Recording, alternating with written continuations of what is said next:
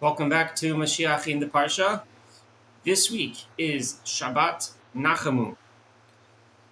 The reason why it's called Shabbat Nachamu is because of the Haftarah that we read after the Torah portion.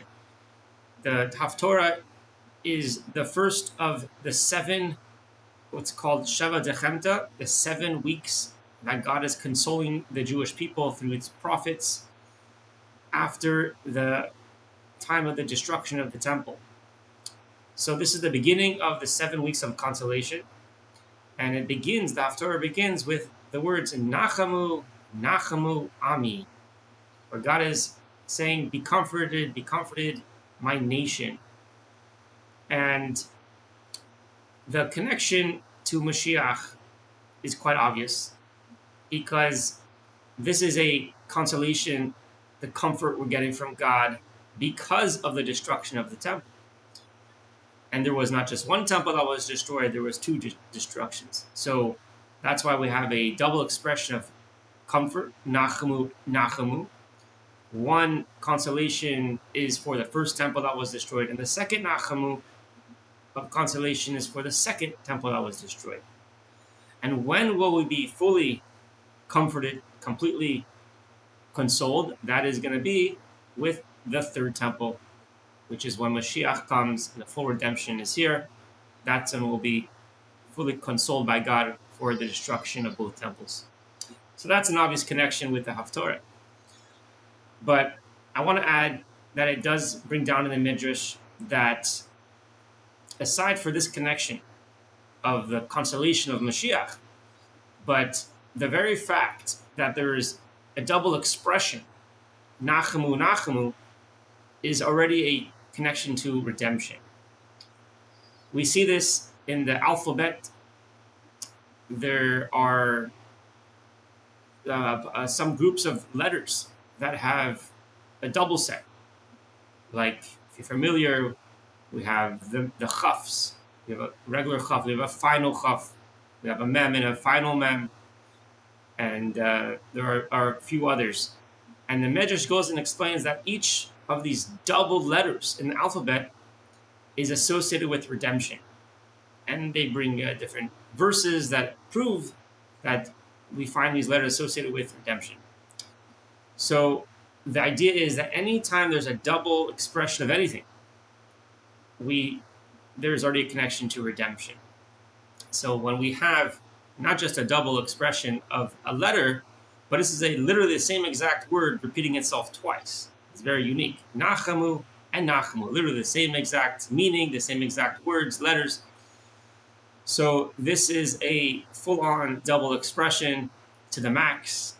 And the Rebbe actually talked about this, and he said, any double expression really is inviting for infinite, not just a double, but once you're multiplying, it really is hinting for a non-ending multiplication, referring to the idea of infinity, which is associated with redemption, which is going to be an everlasting redemption. So that's the Haftarah. And this ties in with the Parsha, which is Ve'et Hanan, which starts off with Moshe's prayer to God, begging God Almighty to allow him to enter the land of Israel. There was a decree placed against Moshe Rabbeinu, Moses, to enter the land of Israel, and Moshe is pleading and praying to enter the land of Israel, and that was not granted. But it's interesting that it says in the Midrash that if Moshe would have entered at that time into Israel, that would have been the final redemption. He would have built the Beit HaMikdash, and that would have been the everlasting redemption, along with all the Jews. But they were not meritorious at that moment, and it didn't happen. But potentially that could have been the moment of the ultimate redemption. It does say that Moshe, he knew that this was potentially going to be the final redemption, the ultimate redemption, everlasting redemption, and therefore he begged and begged God Almighty. And it says that he davened, he prayed 515 times, which is actually the same numeric value hinted in the Parsha's name, Ve'et Hanan.